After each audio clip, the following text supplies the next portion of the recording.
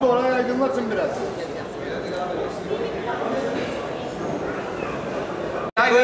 Bingöl kavurma burada efendim veriyor.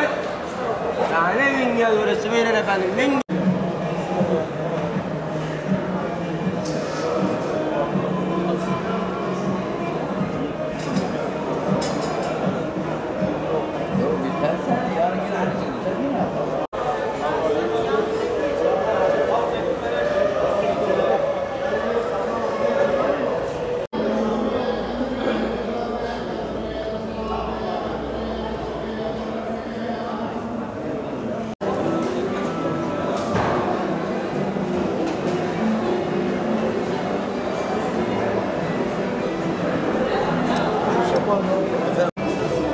Ya benim resimlerim kayıpta, sizin buraya katılmış diye duydum.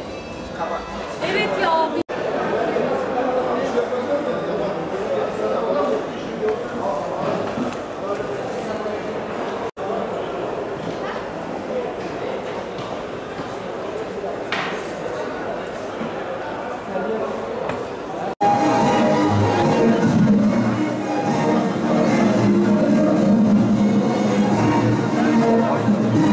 Aynı Bingöllüler ve İstanbul'da yaşayan diğer illerimizden gelenler kökleriyle irtibat kursunlar ve geriye yatırım yapsınlar. O güzel topraklarda iş tutsunlar, aş, iş, emek olsunlar. Bir diğer taraftan da tabii ki bu değerlerin kaybolmaması için çocuklarımıza, gençlerimize bunu her daim hatırlatmak adına bu kültürel aktiviteler önemli. Bunu görmekteyiz. Ve inanıyorum ki burada bu güzelliklerin tadını beraberce çıkartacağız. Ben tekrar teşekkür ediyorum. İstanbul'a hoş geldiniz diyorum. Hayırlı olsun diyor, saygılarımı arz ediyorum. Her taraftan çeşitli vesilelerle hep vurguluyorum.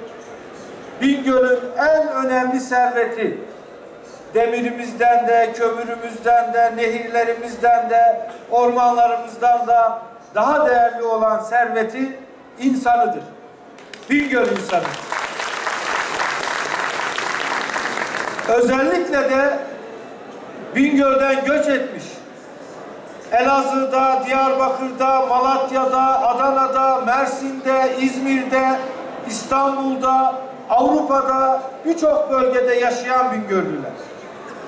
Biz bu Bingöllüleri Bingöl'ün bu illerdeki adeta bir temsilcisi olarak görüyoruz.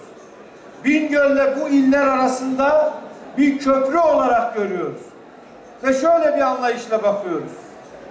Bingöllü olmakla İstanbullu olmak birbirini dışlayan kavramlar değildir. Birbirini tamamlayan kavramlardır.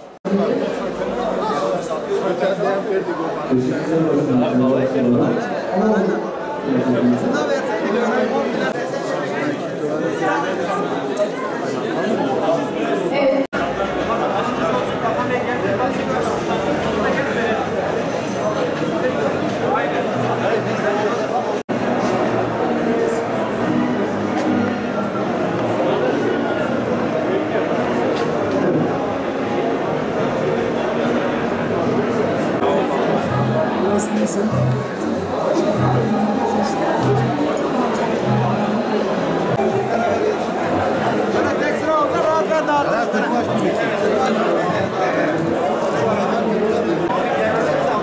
Peki. Bunlar birkaç tane doldurmuyor.